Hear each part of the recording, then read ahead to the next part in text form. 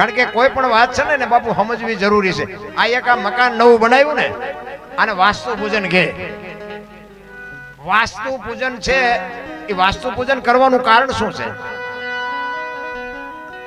વાસ્તુ એટલે ખરેખર વાસ્તુ નામ નથી, વસ્તુ છે. એ ગોવંશીએ મકાન બનાવ્યું ને એટલે એને મહાપુરુષો કે ઈશ્વર કે રામાપીર કે ગમે એને આદેશ કરે કે હવે એમાં તું વસ તું. પછી આ તો નામ આપ્યું વાસ્તુ. એ વસવા માટે એને મારી પાસે રહેવા માટે. એ પછી અંદર તમે કરો ને એટલે પેલા પગથિયા આવે. એ આપણા દીકરાની વહુ હોય, ઘરની લક્ષ્મી હોય ને, એ લક્ષ્મીના જયારે આપણા ઘરમાં પગ થાય ને એટલે આપણે એમ કે ભાઈ અમારા ઘરમાં લક્ષ્મીના પગ થયા. ઈ પગ થયા. મકાનના બાબુ નામ આપ્યા છે ને, એક દીકરી ઉપર નામ આપ્યા છે, એ આપણી લક્ષ્મી ઉપર નામ આપ્યા છે. એ પગ થયા ને એટલે પગથિયા, અને પગથિયા પૂરા થાય ને પછી થાંભલી આવે. એ થાંભલીને કહે છે, મહાપુરુષો દીકરીને કહે છે કે થાંભલી, આ દુનિયામાં તું ભલી થઈ જા, ઘરની આબરૂ રાખવી ન રાખવી તારા હાથની વાત છે. તું ભલી હશે ને તો જ આ ઘરની આબરૂ રહેશે. આ દીકરીને ભલામણ છે બાપુ, થા ભલી. પછી બાપુ આગળ હાલે ને ઓસરી આવે. ઓસરી અત્યારે જો કે મકાનના નામ જ બધા ભૂંડી ભાઈના કરીને કે ફલાણા રૂમ ને બેડરૂમ ને પૂંછડા રૂમ ને ઢોકળા રૂમ, સાચું નામ ખતમ કરી નાખ્યું. ડ્રોઈંગ રૂમ ને ઊંધા માથે પડ્યા હોય, ડાયાબિટીસ ને હાર્ટ એટેક ને આવીને પડ્યા હોય, ઊંધા પડ્યા હોય. આ ડ્રોઈંગ રૂમમાં આ જ થાય. આ સંસ્કૃતિ વહી જાય. આગળ જાય ને એટલે એને ઓસરી કહેવાય. ઓસરી એટલે દીકરીને ભલામણ કરે કે તારા બાપની સંપત્તિ ગમે એટલી હોય, ગમે એટલા તારા બાપ કરોડપતિ હોય તો એને તારે ભૂલવું પડશે, ઓસરવું પડશે. તું ઓસરી જા, હવે એ સંપત્તિ તને કામમાં નહીં આવે. ઓસરી એને કહેવાય. પછી તમે આગળ જાય ને પછી બારણાની બાર હાક આવે. એ છેલ્લે બાપુ દીકરીને ભલામણ કરી કે તું ધાર ને તો આ 12 પેઢીઓના નામ ઉજળા થાય, અને તું ધાર ને તો 12 પેઢીઓના નામ ને કાળો ડાઘ લાગી જાય. બાપુ દીકરીઓ આટલી બધી બેઠી, દીકરીઓને હું ખાસ કહું કે તમે શક્તિનો અવતાર છો. ધારો તો આજે બાળીને ભસ્મ કરી દો, પણ હવે તમે જે ફેશનમાં દીવ ઉઠાડ્યો છે કોને કહેવું? દેહના પ્રદર્શન ન હોય. મારી વાત અમુક તમને કડવી લાગશે, માફ કરજો, મને ફરી ન બોલાવો, મને કઈ જરૂર નથી. પણ બાપુ ખાવ પીવો વાપરો, તમને ભગવાન આપ્યો હોય વાપરો, મોજ કરો, કિંમતી કપડા પહેરો, પણ દેહના પ્રદર્શન ન કરાય. હા શક્તિ છો તમે. તમે તો બાપુ જગતજનની જોગમાં અખિલ બ્રહ્માંડના માલિકના વિશ્વનો જો કોઈ ધણી હોય ને તો માં ભગવતી દેવી શક્તિ છે. આ દુનિયા તો તમે હું તો પછી છે. આખું વિશ્વ જેને બનાવ્યું, બ્રહ્માંડનો માલિક જો હોય તો માં ભગવતી દેવી શક્તિ છે. અને હું તો આ બેનોને ખાસ કહું તમે શક્તિ જ છો, પણ હવે તમે ભૂલી ગયા એમાં અમારે શું કરવું? તમે જો એક એક સફળ પુરુષ છે ને એમાં એક એક ભગવતીનો હાથ છે, નકર બાપુ દુનિયામાં કોઈ ન ઓળખે. જલારામ બાપાને વીરબાઈ નો હોત ને તો કોઈ ન ઓળખે. સગાળસા ને સંગાવતી નો હોત તો કોઈ ન ઓળખે. હરિચંદ્ર રાજાને તારામતી નો હોત તો કોઈ ન ઓળખે. દેવદાસ બાપુને અમરમાં નો હોત તો કોઈ ન ઓળખે. આ સવારામ બાપાને જબુમાં નો હોત તો કોઈ ન ઓળખે. એક એક સફળ પુરુષની વાયા બાપુ એક એક ભગવતીનો હાથ છે. તમારા ઘરની આબરૂ, ઘરમાં ખાવા દાણા ન હોય પણ વાયડા બાયણેથી બાપુ કોકની પાસે ભીખ માંગીને બાપુ મહેમાનનું ભાણું સાચવી લે, એને બાપુ પતિવ્રતા કહેવાય.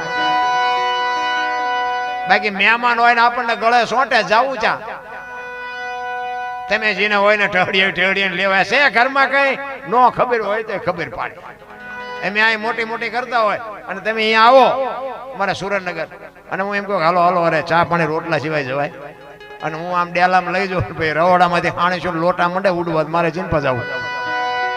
અરે બાપુ હગું બૈરું જો સારું ન મળે ને તો બાપુ વિનાશ થઈ જાય, સમજી લેજો. હું તો એમ કહું છું આ જે હલવાઈ જાય તો ઠીક છે, પણ બાકી હોય ને એને ભલામણ કરું છું, ભગવાનને અરજ એવી કરજો કે મારા નાથ અમારી આબરૂ વધે ને વધારે ને એવી જો દીકરી હોય દેજે, ને કે હિમનામ રાખજે. કારણ કે હગો નો હારો હાપડે, મિત્ર મળે જો લબાડ, પત્ની મળે કબાર જાતો હેળે જો અવતાર. તેણે પખા મોળા હોય તો ગિરનાર ભેગું થઈ જવાય, જીવવાની મજા નો આવે. બૈરું તો બાપુ હું તો બેનોને ખાસ કહું, હારા સંતાન બાપુ, હારા સંતાન વગર બાપુ આ દુનિયાની સંસ્કૃતિ ટકે જ. અને હારા સંતાન માટે બાપુ સારી જનેતાની જરૂર પડે. ધરાવીને ધાનનો નીપજે, કુડવીને માડું નો હોય, જેળ જખરા નીપજે જેની જનેતા હોતલ હોય. હારી મા વગર બાપુ હારા સંતાન ન થઈ શકે. એટલે મહાપુરુષે કીધું જનુની જણતો ભગત જણજે કા દાતા કા સુરવીર, નહીં તો રેજે વાંચણી મત ગુમાવજે. હું તો એમ કહું, ઉદરમાં સંતાનનો વિકાસ થતો હોય ને, જન્મ થયા પહેલા રામાયણ ને ગીતાના 5-5 પાના વાંચજો. જો આપને ટેકો દેવું સંતાન ન થાય તો હું ભજન ગાવાનું બંધ કરી દઉં. ભલા હારા દીકરા એમ નામ ન થાય. હારો દીકરો દે, હારો દીકરો શું અહીંયા ગોદામ છે તેમાં તમે કોઈ એમ દીકરા આપી દે? એની માટે તો વાવણી કરવી પડે. હા, આપણા શાસ્ત્રો, આપણા ગ્રંથો, આપણા મહાપુરુષોની શું તાકાત છે તમે વાંચી જો. આ છત્રપતિ શિવાજી મારા જીજાબાઈના ઉદરમાં હતો ને, માને ખબર નહોતી મારા પેટમાં દીકરો છે, પણ એ કે મને ભગવાન દીકરો આપે દીકરી આપે, મારું સંતાન કોઈ દી માય કાંગળું ન થાય. બાપુ રામાયણ ને ગીતા હોગાડીને પાઈ દીધી હતી. અને જો શિવો જન્મ ન હોત ને, આજ આપણે અહીં બેઠા ન હોત, હિન્દુ ધર્મ ન હોત. ઈ શિવો ભલામણા. અને એની જનતા કેવી હોય, હું તો આજે કહું, આ બેનું બેઠી છે ને, આજ કોઠામાંથી શિવો રાણો પ્રતાપ જન્મે, ગંગા સતીન પાનબાઈ આ કોઠામાંથી જ જન્મે. પણ વહુ હારો ભેગા પાણી પૂરી ખાતા હોય ત્યાં પરજા જેવી થાય. હે અરે તમે જુઓ તો એમાં અમુક અમુક મોટી સિટીમાં જઈને ત્યાં તો આપણને એમ થાય કે આ ભાઈ હાલ્યા હોય છે કે બેન હાલ્યા હોય છે ખબર જ નથી પડતી. બોલાય બી તારે ખબર પડે.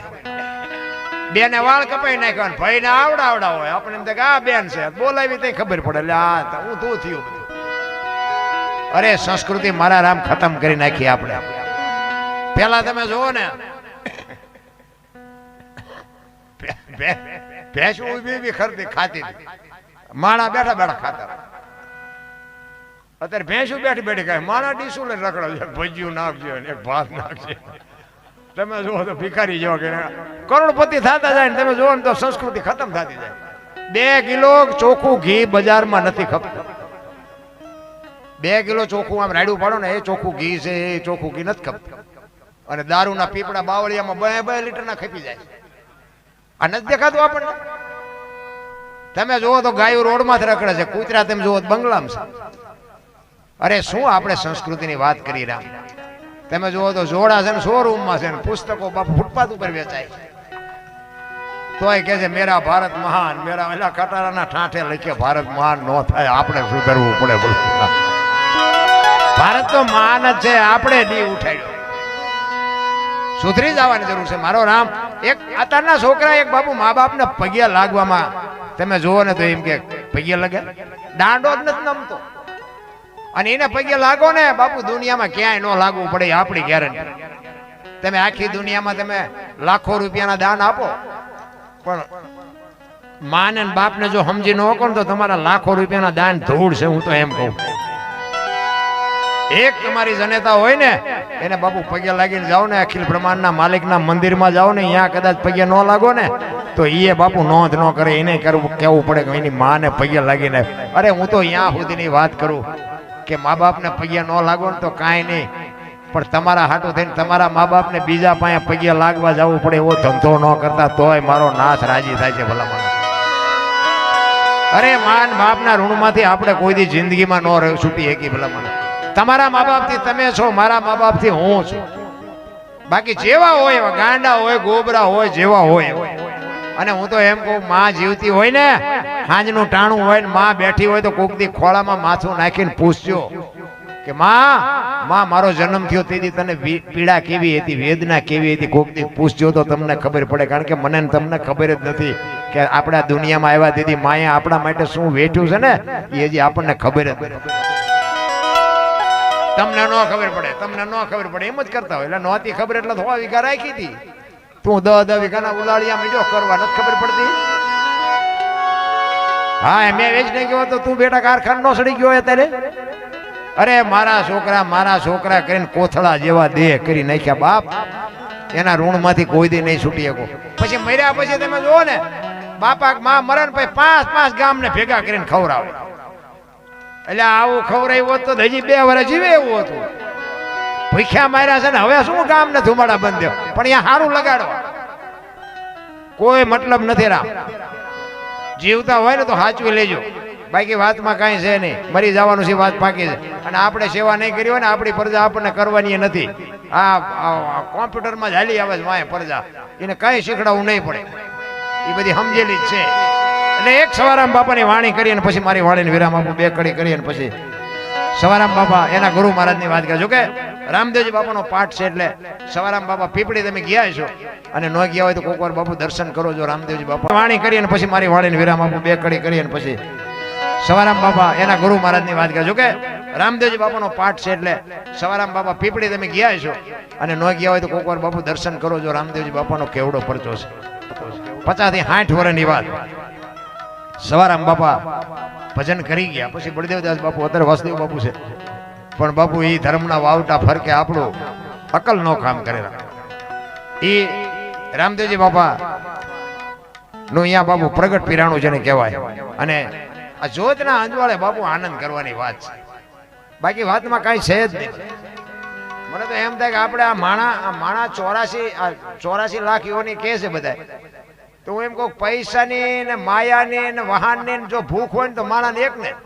બીજા કોઈ જ નથી કૂતરા કાગડા ભેંસો ભૂંડા ને કાંઈ જોવે ને કે આપડા જેવું જ જોવે ને બધું એને ટાઈટ તડકો વરસાદ ખાવાનું પાણી બધું આપણે જે જોઈએ એ બધું જોવે પણ પૈસાની ભૂખ જો હોય ને તો માણાને એક ને અને જો કોઈ ભૂખ્યું રહેતું હોય મન કહો કીડીથી માંડીને હાથી હોય કોઈ ભૂખ્યું રહે અને માણાનું ભરાતું હોય મન કહો શેઠો જ નથી તમે જો તો કૂતરાના હાજે આપણે ખવડાવ્યું હોય ને તો એ ઘસઘસાટ બજારમાં હોતા હોય કે કાલની વાત કાલ મળી રહેશે ને તમને બાપુ મૂક્યાનો માર્ગ નથી તોય તમે બધા રોદડા જ રોવો છો જેની પાસે જાઓ એની પાસે બધા રોતા જ હોય મારે કે ધાબુ ભરવું તો છૂટા ખૂટી રહ્યા બીજા પાસે જાઓ કે ડોબું વિયાણું દોવા નથી દેતો બીજા પાસે જાઓ કે છોકરાને બહુ વેવાય તેડી ગયા મોકલતા નથી બીજા પાસે જાઓ કે છોકરાને પોલીસ વાળા લઈ ગયા જામીન ચડતા નથી આપણે આપણે જા રોવ આખી દુનિયા રોવે જ છે હરીને મેળવવા દાસી જીવન રોવે જેઠીરામ રોવે મીરા રોવે નરસિંહ રોવે બાપુ માણસનો અવતાર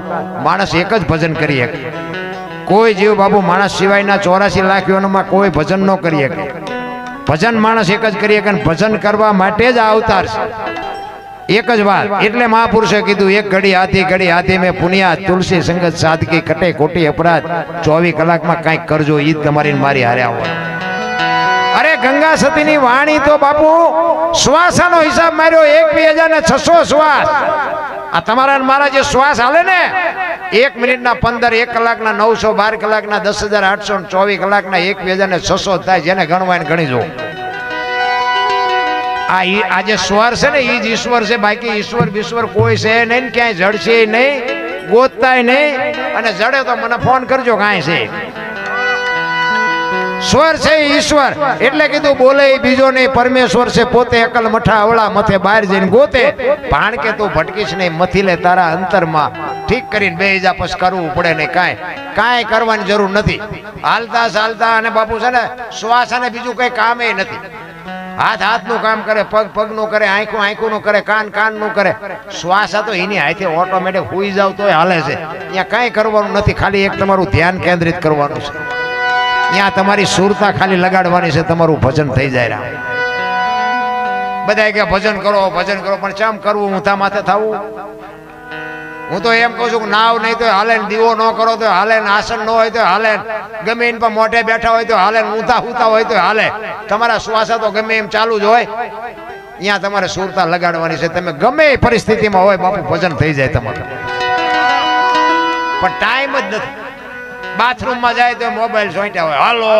હાલો એટલે આના ઘડીક તો મૂકો મરી જાય છો મોબાઈલમાં પણ હક જ નથી કોઈ એટલે સવારામ કહે છે જુગતી કરીને જોવા હાલી મારા સદગુરુએ બતાવી મને અમરનગર માયા તમ દેખ્યા હું તો ભૂલી ગઈ તી દેહનો